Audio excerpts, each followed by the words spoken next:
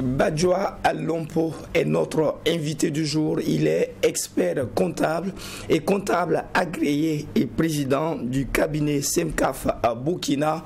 Avec lui, nous parlons aujourd'hui du système comptable des entités à but non lucratif. Bonjour et bienvenue. Bonjour, M. Kaboré. Mes excuses à vous et aux téléspectateurs pour la qualité de la voix. Quand on parle de système comptable des entités à but non lucratif, de quoi est-il question? Depuis quand est-ce qu'on connaît un tel système? Ok, merci.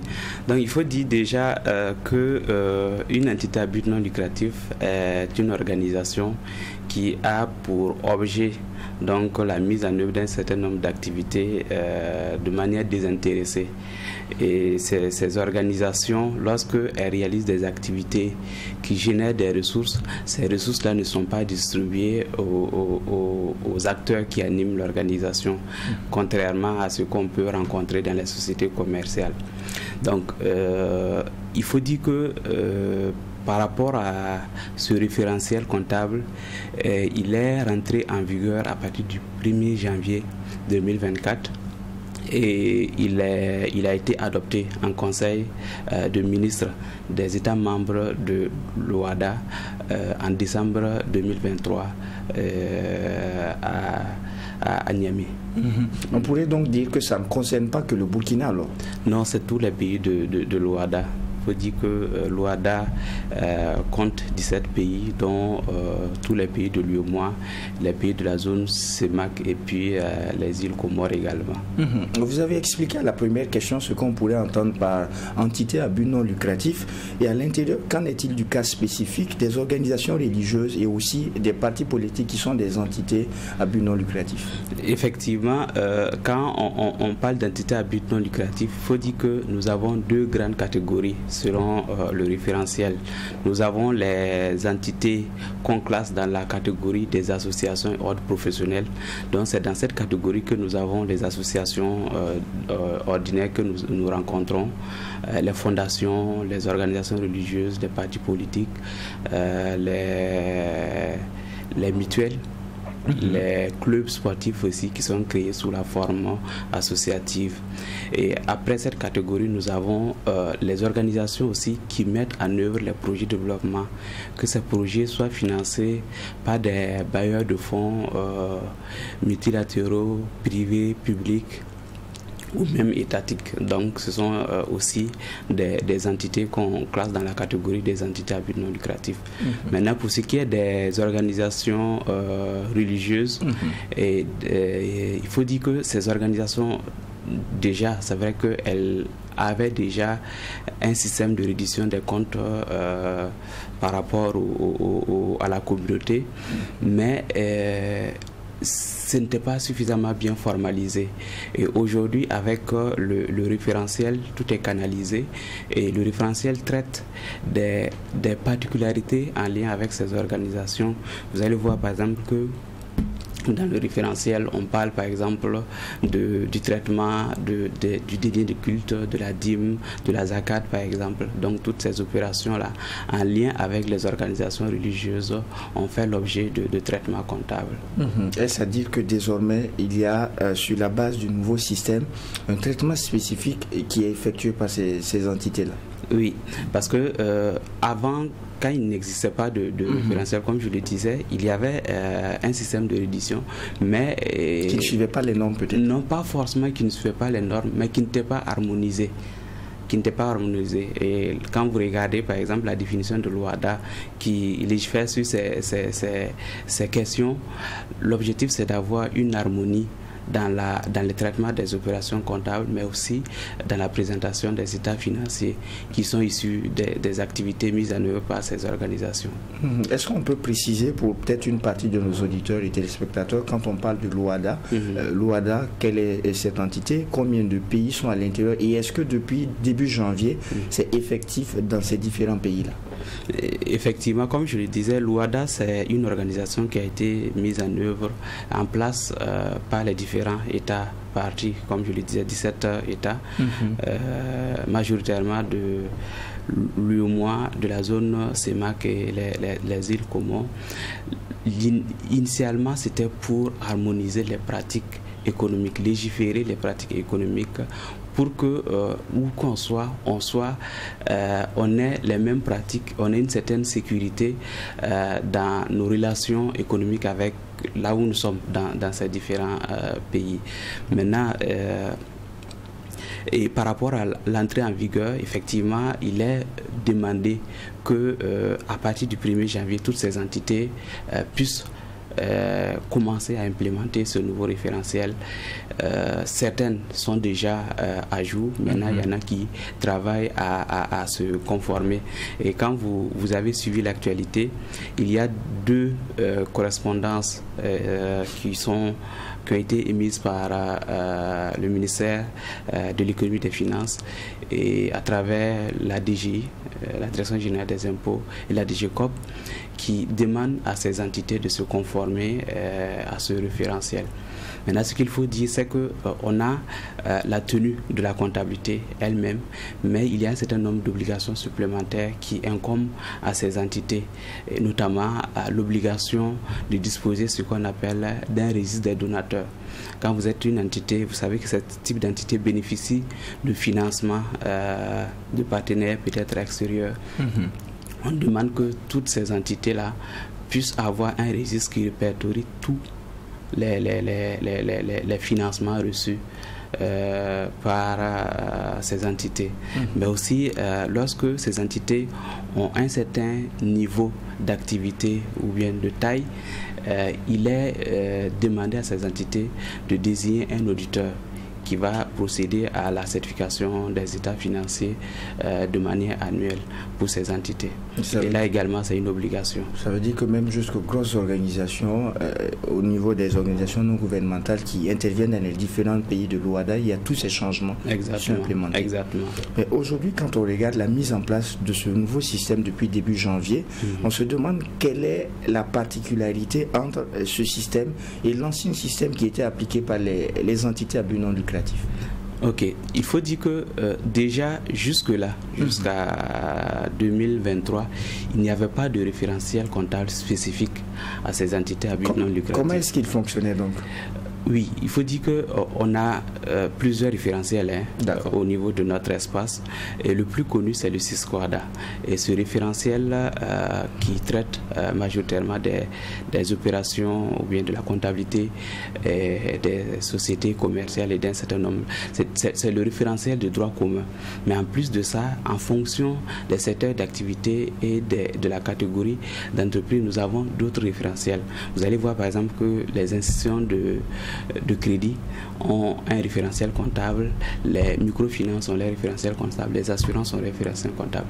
Mais les entités à but non lucratif s'inspiraient plus du référentiel SISQUADA. Mais l'inconvénient de ne pas avoir un référentiel comptable qui donne les directives, les orientations, qui canalise le traitement des opérations, c'est qu'on peut avoir des interprétations différentes d'un acteur à un autre. De sorte que vous pouvez avoir des présentations qui ne soient pas harmonisées ou bien des interprétations d'opérations comptables qui ne soient pas également harmonisées. Tout est certainement parti d'un constat. Est-ce qu'il y avait une certaine cacophonie ou une non-maîtrise ou une mauvaise gestion? Pourquoi a-t-on décidé d'harmoniser à travers un nouveau système? Déjà, c'est comme on le dit, l'avantage de ce référentiel, c'est que nous ayons une même manière de traiter les opérations, une même manière de présentation des états financiers. Et il faut dire aussi quand même que les différents acteurs qui exerçaient dans ces entités à but non lucratif avaient un système de reddition, seulement qui n'était pas harmonisé. Et je dis que l'objectif vraiment, c'est d'avoir un système harmonisé qui permette de faire une reddition des comptes assez compréhensible pour tous les acteurs et qui traitent les opérations, qui interprètent les opérations de la même manière. Alors, on a parlé des différentes entités et on en a beaucoup dans la spécification. On se retrouve avec des organisations de la société civile, des organisations religieuses et même des partis politiques. Quelles sont ces entités qui sont concernées par l'obligation de tenir une comptabilité et de produire en fait des états financiers selon le nouveau système? Donc, c'est ce que je disais, c'est-à-dire que toutes ces entités que nous avons catégorisées en deux associations ordres professionnels qui regroupent les associations, les organisations religieuses, partis politiques, elles ont l'obligation de mettre en place, de tenir toutes ces obligations. Sans exception. Sans exception, oui. Est-ce que la mesure, avec l'entrée en vigueur, est-ce qu'elle ne souffre pas de difficultés, eu égard peut-être à l'adaptation? Est-ce qu'il y a eu ces choses préalables en termes de sensibilisation et tout, notamment au niveau des organisations de la société civile et des entités religieuses, par exemple? Il faut dire qu'il y a eu quand même de la sensibilisation, et quand vous regardez, nous avons animé, je vais dire au niveau de l'ordre des experts comptables et comptables agréés, beaucoup de sessions de formation ont été organisées au profit de tous ces acteurs qui sont dans ces entités à but non lucratif. C'est vrai que peut-être certaines entités n'ont pas encore véritablement commencé l'implémentation, mais ces entités ont été, je vais dire, interpellées à travers les deux communiqués dont je vous parlais, donc de procéder à la mise en place de ce nouveau référentiel. Quand on se projette, quels sont les défis pour ces entités qui doivent se conformer à ce nouveau système aujourd'hui? Ok. Comme c'est un nouveau référentiel, il faut se l'approprier. Il faut se l'approprier, et c'est pour ça qu'il faut que les différents responsables financiers, comptables soient formés sur ce nouveau référentiel, mais aussi qu'elles veillent à établir une situation de départ, c'est ce qu'on appelle le bilan d'ouverture, parce que ces entités avaient des référentiels comptables qui permettaient d'établir des états financiers, mais ces états financiers n'étaient pas présentés de la même manière que on souhaite dans ce nouveau référentiel. Donc il y a un travail de départ à travers l'élaboration d'un bilan d'ouverture qui doit correspondre à la situation patrimoniale au 1er janvier 2024, et ce qui va constituer le point de départ pour la tenue de la comptabilité. Et en plus de l'implémentation, de l'enregistrement des opérations comptables, il y a un certain nombre d'obligations que je vous ai citées aussi, que ces entités doivent veiller à respecter, notamment disposer un registre des donateurs, et puis si elles remplissent les conditions définies par le législateur, de désigner un auditeur. Alors, le communiqué a mentionné la date de début janvier pour l'entrée en vigueur. Est-ce qu'en termes de préparation, l'échéance a pu permettre aux entités de s'organiser? Vous avez parlé de ces sessions, par exemple, de renforcement que vous avez tenu au profit de ces différentes entités, mais est-ce que le délai Oui, puisque à mon avis, oui, seulement peut-être que les acteurs ne se sont pas pris un peu tôt. Sinon, les formations ont commencé depuis 2023. Donc, ça veut dire que on aurait pu... au moins une année avant. Oui, c'est ça, commencer. Et toute l'année 2024, on avait la possibilité également de rattraper, mais c'est pas perdu jusque-là. On a la possibilité de s'activer pour respecter cette obligation qui s'impose à elle. Alors, pour certaines organisations, ça pourrait apparaître comme si on essayait de s'immiscer un peu dans leur état financier, dans leur compte, dans leur fonctionnement de tous les jours. Quel avantage est-ce qu'une entité tire à se mettre à jour à travers ce nouveau système? Je pense que les avantages sont multiples. Les avantages sont multiples parce que quand vous êtes dans une organisation qu'on dit désintéressée, la reddition des comptes est importante. Il faut rendre compte de ce que nous faisons, des financements que nous recevons, ainsi de suite, ainsi de suite. Donc, pour ce climat de confiance, c'est important pour les entités, à mon avis. Et en plus de ça, c'est à travers la tenue de la comptabilité, on arrive à avoir des réponses immédiates par rapport à des questionnements quotidiens qu'on peut être amené à se poser, notamment se demander aujourd'hui quelle est ma situation de trésorerie. D'accord. Vous avez des avoirs en caisse, en banque. Grâce à la comptabilité, vous pouvez savoir tout de suite qu'est-ce que j'ai. La situation patrimoniale également. Vous avez des entités qui ont, je vais dire des associations qui ont un gros patrimoine, des terrains, des biens mobiliers. C'est important de savoir la situation patrimoniale. Quels sont mes engagements vis-à-vis des tiers, que ce soit des clients ou bien, je vais dire partenaires, ou bien des fournisseurs, et même vis-à-vis de l'État, la sécurité sociale, quels sont mes engagements vis-à-vis de ces structures-là. Donc ça permet d'avoir des éléments de réponse à toutes ces questions. Mais au-delà de ça aussi, quand vous prenez ces entités, souvent elles ont besoin de financements qui sont qu'elles obtiennent de la part des bailleurs de fonds. Et ces bailleurs de fonds demandent de produire des états financiers. Et ils ne se limitent pas souvent juste à la production d'états financiers. On demande des états financiers certifiés par un expert comptable ou bien un expert comptable. Et là, vous voyez que si vous avez déjà implémenté ce nouveau référentiel, il n'y a pas lieu de commencer à courir pour préparer ces états financiers dans le cadre des appels à projets ou bien des demandes de financement. Est-ce qu'il est obligatoire pour toute entité au sein de l'OHADA de se conformer à cette réglementation? Toutes les entités à but non lucratif, oui. C'est une obligation. C'est une obligation, oui. Aujourd'hui, est-ce qu'on peut revenir sur les documents qui sont exigés sur la base de ce nouveau système par rapport aux entités à but non lucratif? Ok. Donc, il faut dire que lorsque vous tenez la comptabilité, on sait que c'est un travail de quotidien, mais à la fin, vous devrez pouvoir produire des états de synthèse. Et vous vous souviendrez que nous avons catégorisé les entités à but non lucratif en deux catégories. Donc, les associations et ordres professionnels, la grande catégorie, et les projets de développement.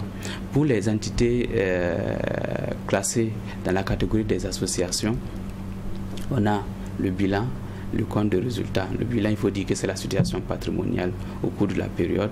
Le compte de résultat, c'est l'ensemble des ressources que vous avez générées qu'on confronte aux charges que vous avez supportées. Le tableau de flux de trésorerie qui explique comment est-ce que vous êtes passé d'une trésorerie A à une trésorerie B en fin d'année. Et vous avez également les notes annexes qui donnent des éléments explicatifs sur les trois premiers états que j'ai cités. Ça, c'est pour les associations et ordres professionnels. En plus de ça, pour les projets de développement, nous avons également le bilan, le compte de résultat, et nous avons ce qu'on appelle le tableau d'exécution budgétaire, parce que généralement les projets sont mis en œuvre sur la base d'un budget, et à la fin de la période annuelle, on doit faire ce qu'on appelle un tableau d'exécution budgétaire où on retrace l'ensemble des dépenses que vous avez réalisées par catégorie de lignes budgétaires, et vous faites dégager les écarts, les pourcentages d'exécution par rapport à ce qui était initialement prévu dans le budget. Nous avons également le tableau emploi-ressources qui retrace l'ensemble des ressources que vous avez reçues au cours de la période et les différentes activités ou bien les dépenses que vous avez réalisées. Là, c'est toutes les ressources, même ceux venant de l'extérieur. Bien sûr, et les ressources propres également. Donc, tableau emploi-ressources. Nous avons aussi ce qu'on appelle le tableau de conciliation de la trésorerie qui donne un peu les éléments constitutifs de l'évolution de la trésorerie jusqu'à la fin de la période. Notamment, qu'est-ce que vous avez eu comme ressources entrées, qu'est-ce que vous avez fait comme sortie et quelle est la situation à la fin de la période. Et enfin, nous avons aussi les notes annexes qui expliquent les différents états que j'ai cités. Ces informations que vous apportez sont très pédagogiques. Pour le responsable d'une entité qui est en train de suivre cette émission, une entité à but non lucratif qui se dit mais comment est-ce que j'assure une transition paisible vers ce nouveau système? Quel est le conseil que vous lui donneriez? Oui, déjà, il faut se former. C'est un nouveau référentiel. C'est vrai qu'il y a la documentation. Il faut se former. Mais ça ne suffit pas, la documentation. Oui, pour des non-professionnels, je pense que bénéficier d'une formation peut être d'une grande valeur ajoutée. En plus de ça, pour ce qui est de l'implémentation, on peut également se faire assister par des professionnels pour l'implémentation, établir la situation initiale et aussi les accompagner pour, ne serait-ce que pour la première année, la tenue de leur comptabilité et l'élaboration des états financiers qui vont avec. Alors, vous êtes de l'ordre des experts comptables. Aujourd'hui, quel est le rôle que les experts comptables peuvent avoir afin de faciliter justement l'entrée dans ce nouveau système pour ces organisations, ces entités à but non lucratif? Oui, en réalité, ce sont ces rôles que j'ai cités. Donc, il faut, on les accompagne déjà dans la formation. Beaucoup de formations ont été réalisées au profit de ces entités.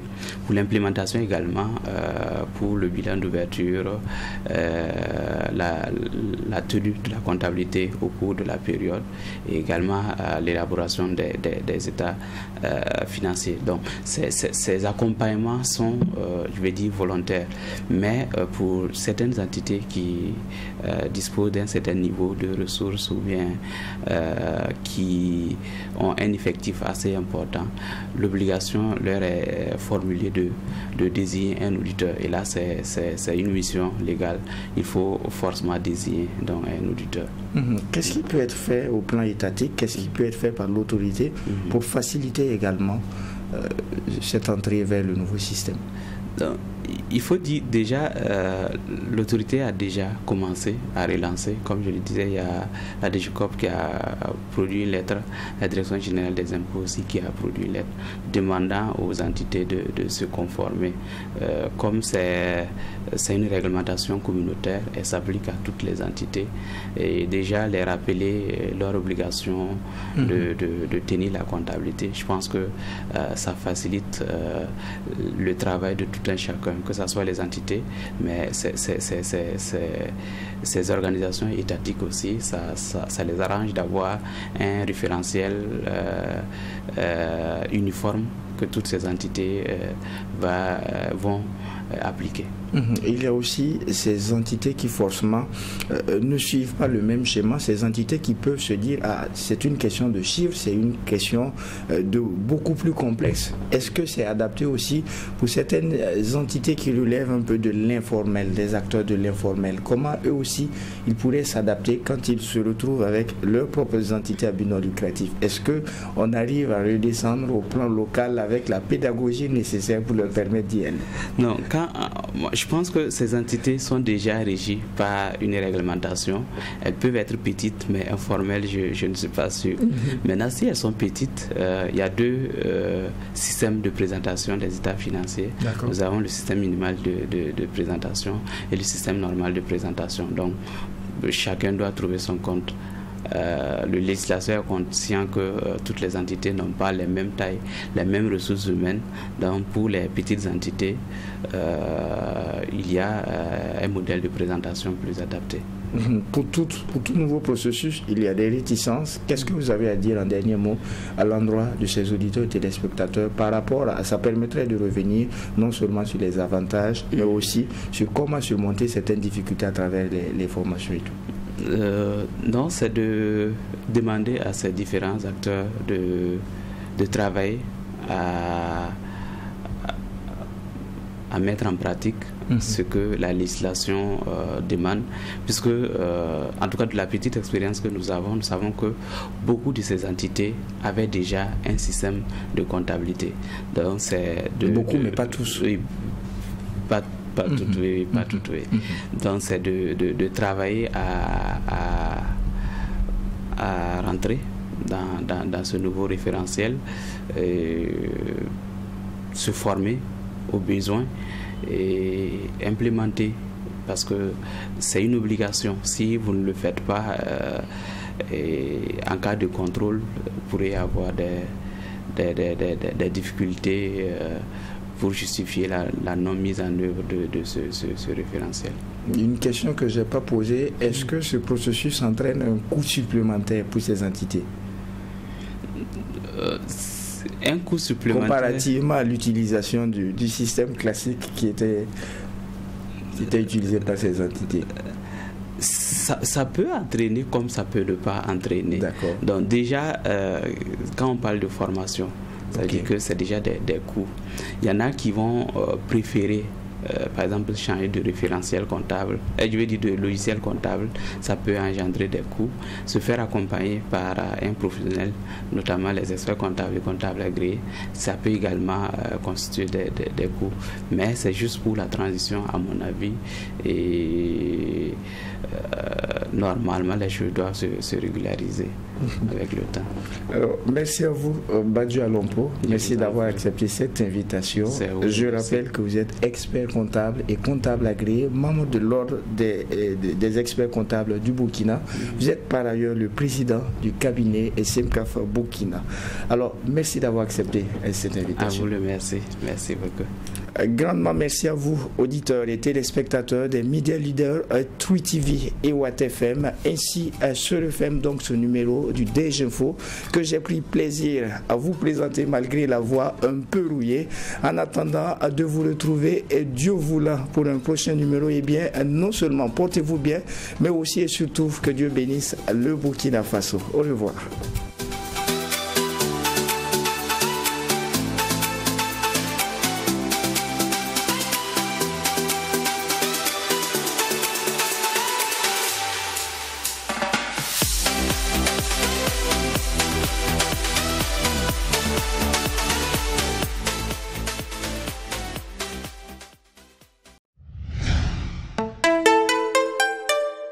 Twi TV, la télé interactive.